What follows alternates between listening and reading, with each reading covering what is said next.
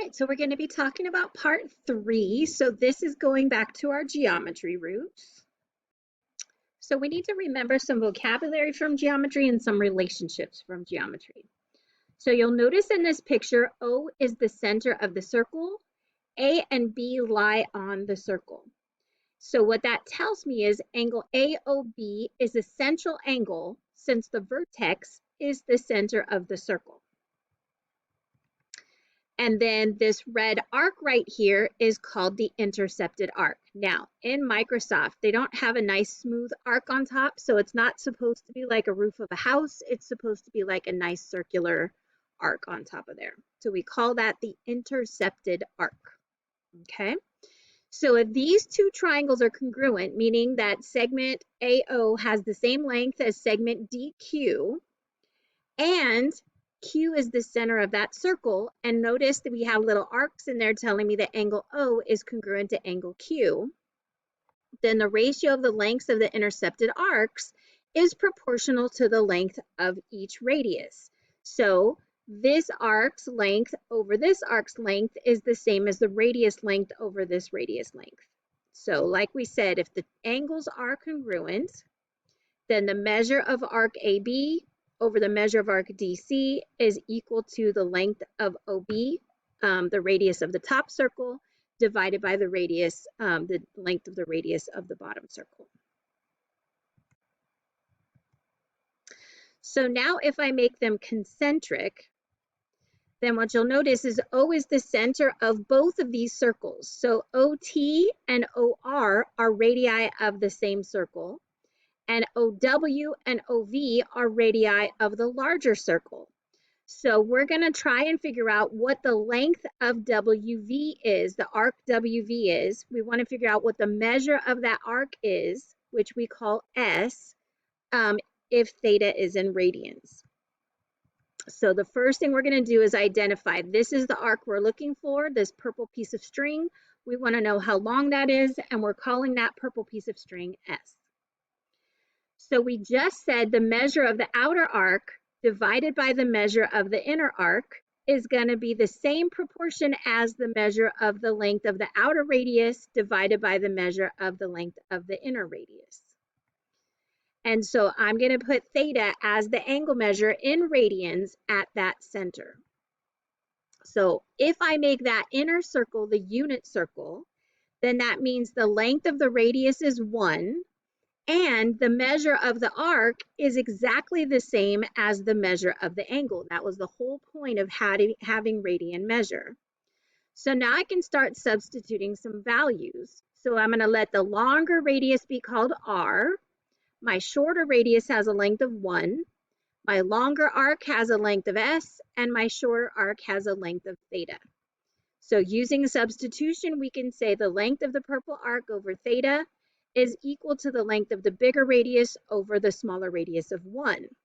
So if we cross multiply, that means the length of the intercepted arc is equal to R times theta as long as, and this is the big idea, the big deal, theta has to be in radians. Without theta being in radians, none of this makes sense, okay? So S is going to be the arc length,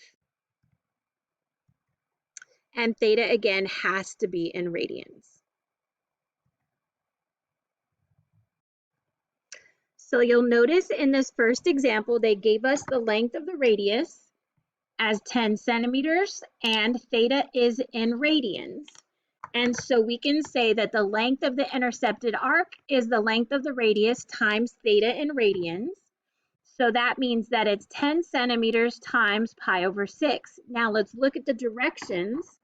They said that we want it to the nearest tenth. So that means we're going to use the pi button. And again, we're not going to use 3.14. We're going to use the actual pi button. So that means that we're going to do 10 times the pi button divided by 6 gives me a total of 5.2, and that would be centimeters. So take a moment to pause the video and see if you can find the length of the arc for question B. So again, the length of the intercepted arc is the radius times theta in radians. So had they given it to us in degrees, we would have to change it to radians first before we could do this. So that means I have 8 inches times 3 pi over 5 radians. So in my calculator, I'm going to do 8 times 3 times pi, and then divide it by 5, and I get the length of my arc is 15.1 inches. So again, we're talking about the length of a piece of string, and so we wouldn't use inches squared, we would just use inches. All right, and so then the last thing that we're going to do is relate that central angle measure to area of circles. So we have to recall a couple things from geometry again. So this shaded region in here, that's called a sector. And so what we would do is, you notice the area of a circle is pi r squared. So over here we have pi r squared. So then we need to figure out what fraction of the circle are we talking about? And notice this point right here is the center of the circle. So the fraction of the circle that we're talking about is this n degrees out of the entire 360. So if I take my area of my circle, pi r squared, and multiply it by the fraction of the circle that the sector covers, which is n over 360, then I have the area of the sector. Now, if we do this in radians, something nice happens, but it's not necessarily something you have to memorize. So again, we get pi r squared is going to be the area of a circle, but now we're going to say that my angle measure is theta in radians, and so 1 full revolution is 2 pi. So just like we did n degrees over 360, we're doing theta radians over 2 pi. But you'll notice that the pi's cancel each other, and so we end up with this 2 in the denominator giving us 1/2, then we get an r squared, and we get a theta. And again, that only works if theta is in radians. Now, if you're a formula memorizer, there's a formula to memorize. But if you're not, then just keep thinking it's the fraction of the circle times the area of the circle. All right, so this one is asking for the area of each sector. So it's not looking for the arc length anymore, it's looking for the area. And it does say that I can round it to the nearest tenth. So I can say that the area is going to be theta over 2 pi times pi r squared, meaning what fraction of the circle. Or if I reduce this, I would get 1/2 r squared theta, either one. And so if I plug this in, I get 1/2 times 14 squared times pi over 6, again, making sure that's in radians. And because it's allowing me to round to the nearest tenth, I can use the pi button. So I'm going to do 1/2 times 14 squared times pi divided by 6 gives me 51.3 centimeters squared.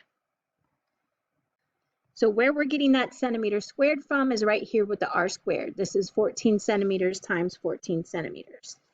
So pause the video and see if you can find the area of the next sector. So again, we're going to either use this formula or this formula, one of the two.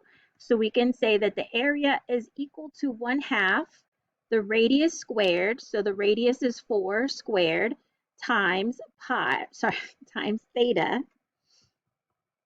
I think I crack up in almost every video at some point for something that I've said.